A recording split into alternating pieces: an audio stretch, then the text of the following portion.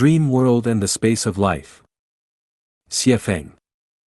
August 15, 2017. Suppose that you could either sleep and have a wonderful but illusory dream for 80 years, or that you could study, work, and struggle in reality for the same 80 years. Which would you rather do, enjoy the unreal dream or struggle through reality? It is the same 80 years, what is the difference between the real and the unreal one? Are both not experiences of life?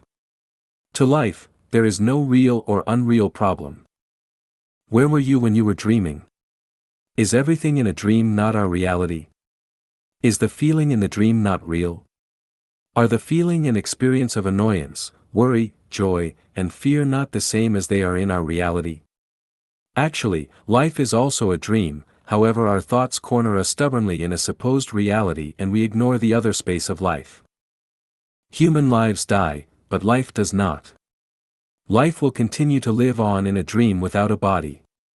The point is, which dreams shall we dream, pleasant ones or nightmares? The space of life is infinite, and the time of life is also infinite. Everyone dreams. What happens in those dreams? It may be unthinkable and unimaginable, but you can reunite with dead loved ones, allow yourself to fly, miraculously transform into things and situations that you long for, and you may even make love in your dreams, and the feelings of making love in dreams are more intense, comfortable, unforgettable, and impressive than of those in reality.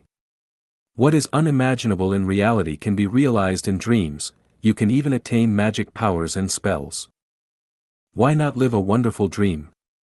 What matters is how we can make long-term wonderful dreams. Associated with our consciousness is the ability to have a nightmare or a pleasurable dream. All the situations and scenarios in our dreams are created by our consciousnesses. In other words, they are related to the qualities of our lives. If our non-material structure is perfect, then we can have great dreams, while defective non-material structures lead to nightmares. Question: where are heaven and hell? Answer: in our consciousness, the non-material structures of our lives. If our minds are full of envy, hate, greed, fear, anxiety, struggling, fighting, killing, despoiling, maintaining possessions, and controlling others, then we will undoubtedly live in hell and suffer from many nightmares, and our lives will descend into hell when we die as humans. Conversely, if our minds are full of joy, gratitude, appreciation, pleasure, love, the fragrance of beauty, elegance, and unrestrained nature, then we will live in heaven and our dreams will be pleasant, and our lives will certainly ascend to heaven after our human bodies pass on. What kind of dreams are most of yours?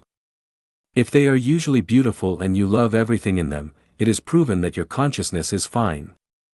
On the contrary, if they always leave you annoyed, sad, depressed, fearful, or terrified, it proves that your consciousness has too many misdirected and harmful thoughts. Our consciousnesses create both our realities and our dreams. We are not aware of our real consciousnesses.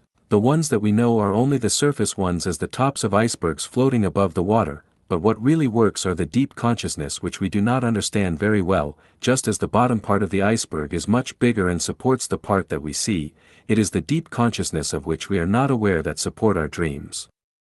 The dream world is created by the deep consciousness, and our reality comes from them as well. There are 18 factors which we are unable to manage or control in life, including our inability to choose our parents and the times and surroundings of our birth. Why can we not self-manage and control them? Simply, all is controlled by the deep consciousness, and just as in the dream world, we are unable to manage or control anything. The deep consciousness connects with Tao. It is dominated by the universal laws and rules of life, such as the laws of causality and of attraction. Retribution will come from the law of causality, while checks and balances will emerge from the law of attraction. Thus everything becomes very complex, but meticulous and without any loopholes. It can be concluded that it is easy to reach hell but harder to enter heaven than the proverbial camel passing through the eye of a needle. There is the rub that it is difficult to remove the bad factors in the deep consciousness or to clean the clutter from the passage of life.